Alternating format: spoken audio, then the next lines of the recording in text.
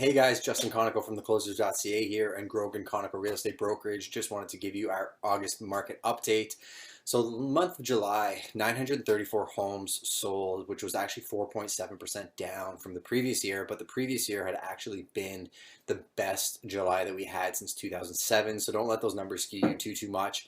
Market's been very active. The best selling type of home is actually a two-story and then followed by a bungalow and then a ranch. Still a fun fact for you. And the average sale price of a home is $283,900 or $283,593. So London, Ontario is still considered to be one of the most affordable places to live in, and those numbers kind of reflect that.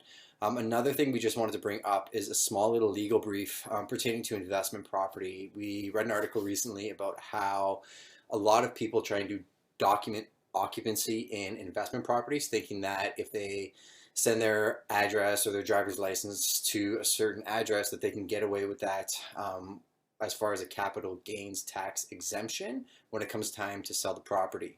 What that means is if you own a piece of real estate that's an investment and you live in one of the units and it's your primary unit and you go to sell that, you're actually exempt from capital gains tax. But if you have a couple holdings and you're making a commercial profit from that and you go to sell them, you have to pay what's called capital gains tax because it's basically proceeds from running a business.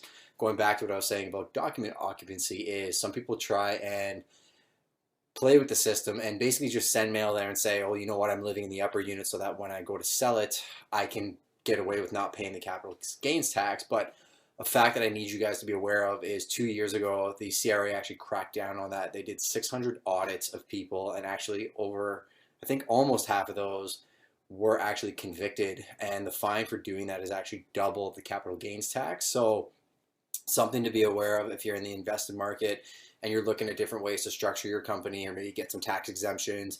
Maybe something to think about is sitting down with a good lawyer and structuring a company that's what they do. That's what the company does, and you can put the money back into the company and save your money taxes that way. There's a lot of different ways to skin that cat. Let us know. We actually have some really good professionals that can guide you along.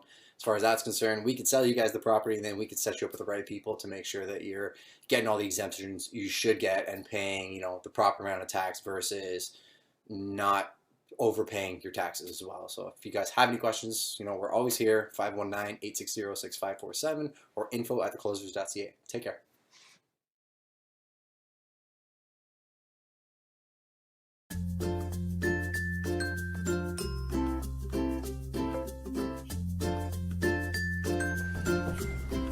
Hey guys, it's Justin Conoco from theclosers.ca here with your monthly market update for April 2015.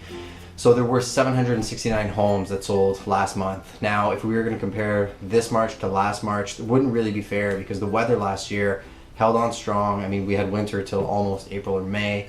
But if you look at the 5-year trend, year after year, on average, March would be at about 726 homes sold. So, 769 is well above that for real estate purposes and, indicates that the market is heating up.